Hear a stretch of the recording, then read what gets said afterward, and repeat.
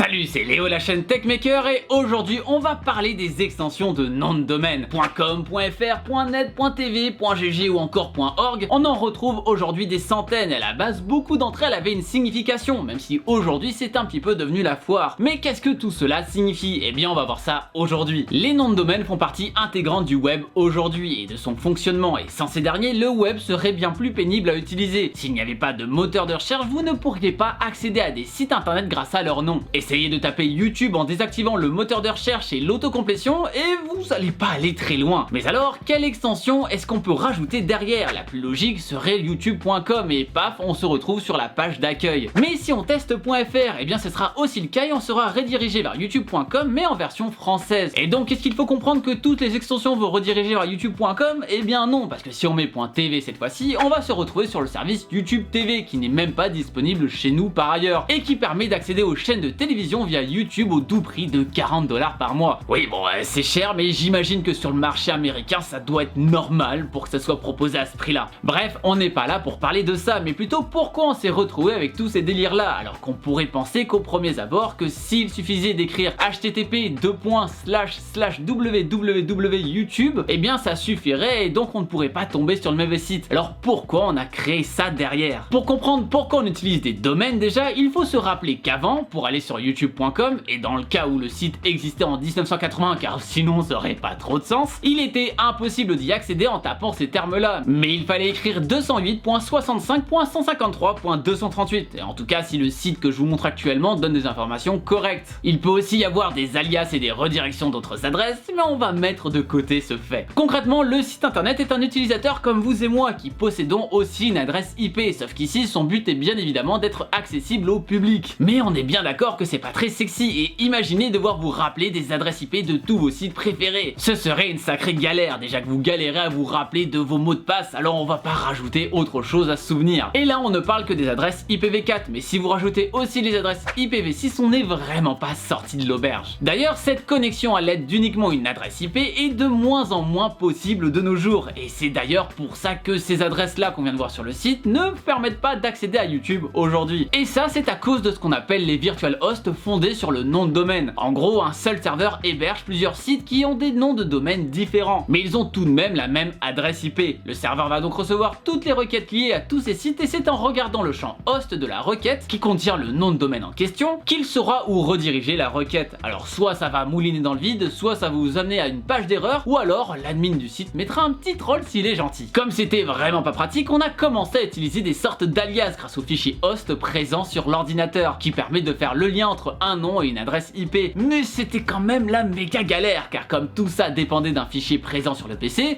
il fallait que tout le monde ait le même fichier, sinon on perd un petit peu l'intérêt. Et c'est à ce problème que répond le DNS, qui est en fait une sorte d'agenda d'adresse IP centralisé. Ils ont d'abord été utilisés localement à l'échelle d'une université par exemple, puis à l'échelle d'internet. C'est là qu'on a commencé à enregistrer officiellement des noms de domaine, et avec ça des extensions de noms de domaine. Le but de ces dernières est donc de catégoriser les sites internet et donc d'aider à comprendre quel site sert à quoi. Et au début, il n'y en avait que 6. .com, .net, .edu, .org, .gov et .mil. Vous aurez compris, le premier se veut commercial, le second est destiné pour les réseaux, le troisième pour les écoles, le quatrième pour les organisations non lucratives, le cinquième pour le gouvernement et le dernier pour le militaire. D'ailleurs, aujourd'hui, on ne le voit presque plus celui-là. En même temps, ce serait bien triste d'avoir un internet composé uniquement de sites militaires, mais bon, c'est mon avis. C'est donc en 1985 qu'on a vu les premiers sites avec ces extensions de domaine. Et quelques années plus tard, cela a déjà commencé à exploser avec la prolifération du web. Et tout ça, c'est pas Jean-Michel qui décide dans son garage, mais l'ICANN pour Internet Corporation for Attributing Name and Numbers, qui a pour but premier d'attribuer des noms de domaine et donc de les réguler. Il n'existait que ces 6 là pendant plus d'une dizaine d'années, pour ensuite en rajouter 7 autres. Bon, on ne va pas refaire l'historique de chaque, vous les voyez actuellement sur l'écran, et au pire, vous me dites dans les commentaires lequel correspond à quoi, ça fait un petit jeu. Enfin, on a vu apparaître celles particulières au pays, .fr pour la France, .de pour l'Allemagne, .be pour la Belgique, etc.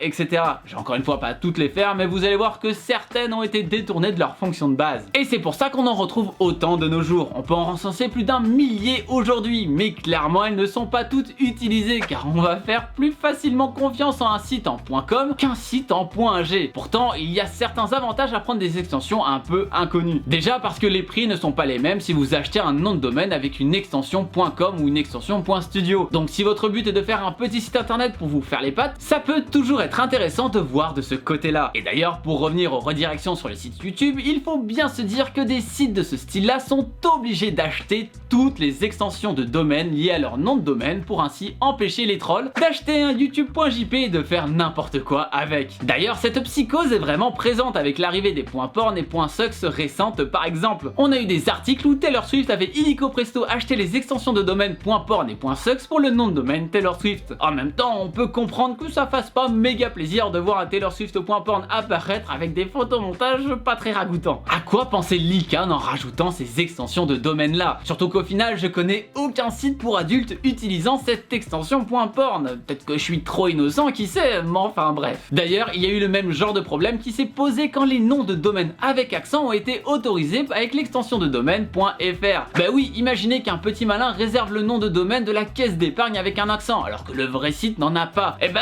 pour le phishing, ça peut vite devenir dangereux. Bon, dans ce cas précis, c'est un petit peu bizarre, parce que quand on essaie d'y accéder, on est redirigé vers une page un petit peu étrange quand même. Mais enfin bref, vous comprenez l'idée que ces accents, ça peut vraiment rendre la tâche compliquée, et qu'une vieille personne pourra facilement se tromper entre un caisse d'épargne avec accent et une caisse d'épargne sans accent. D'ailleurs, l'extension de domaine qui est la plus utilisée à tort et à travers de nos jours, c'est le .tv, qui ne veut pas dire TV du tout. Et oui, car ce .tv est finalement le .fr d'un autre pays qui a été détourné comme on l'a vu plus tôt, celui du Tuvalu. Comment ça, vous ne connaissez pas c'est quoi ce magnifique pays que le Tuvalu? Allez, petit cours d'histoire. Le Tuvalu est un pays sous monarchie constitutionnelle avec plusieurs archipels et constitué d'un peu plus de 12 000 habitants. Bon, ok, merci Wikipédia parce que moi non plus je savais pas ce que c'était. Et donc je vais pas vous en tenir rigueur de ne pas connaître ce pays. Parce qu'en fait, le Tuvalu ne compte que 11 192 habitants recensés en 2017, donc même pas 12 000 comme je viens de le dire finalement. Oui, c'est pas beaucoup, à côté de ça, 3 c'est New York. Bref, tout ça pour dire que ce pays a eu comme idée lorsqu'il a fallu créer son extension de domaine de la nommer .tv, et cela a été la meilleure idée du monde. Et oui, car tout le monde utilise aujourd'hui cette extension pour nommer un service de vidéo à la demande. Comme Twitch qui est souvent appelé avec son extension principale Twitch.tv. Encore une fois, ça veut pas dire que toutes les autres extensions ne marchent pas, car Twitch a tout de même acheté les autres extensions. Et donc si vous tapez twitch.com/leotechmaker pour vous abonner à mon Twitch, d'ailleurs ce sera très gentil, et bien ça fonctionnera. Mais il fera tout de même la redirection vers twitch.tv qui est son empreinte. Et là je parle de Twitch depuis tout à l'heure, mais c'est clairement pas le seul site à utiliser Tuvalu pour leurs propres intérêts. On a vu que YouTube l'utilisait pour un autre service, par exemple de télévision. Et donc tout ça, ça rapporte de l'argent au peuple Tuvalu, vu que l'extension de domaine ainsi que le nom de domaine, faut bien le payer, et c'est donc pas moins de 50 millions de dollars qui ont été récupérés avec le rachat de cette extension par la société .tv, pour justement dire au monde d'utiliser cette extension là pour les noms de domaine liés à la télévision. Moi, ça fait quand même pas mal d'argent pour une si petite île. Heureusement qu'il y a ça par ailleurs, vu que le pays est classé comme le moins touristique au monde, avec seulement 2000 visiteurs en 2016. Enfin voilà, c'était rigolo de savoir tout ça, même si c'est pas forcément très utile, je trouvais ça marrant. Il y a aussi le .gg, souvent utilisé dans le gaming, qui n'est finalement que l'extension de nom de domaine du Guernesey. Je crois que ça se prononce comme ça, mais je suis pas sûr. Rien à voir donc avec le Good Game lâché en fin de partie. D'ailleurs, il y a même pas de G dans le nom du pays, alors allez savoir pourquoi ils ont choisi ça. Bien sûr, depuis le début de cette vidéo, on ne parle que des extensions de nom de domaine approuvées par l'ICANN et qui sont donc référencées. Mais bien sûr, Internet passe toujours outre des normes, et par exemple dans des milieux un peu plus obscurs comme le dark web, dont on va bientôt parler d'ailleurs sur la chaîne, eh bien on peut en trouver plein d'autres. On peut par exemple citer l'un des plus connus, le fameux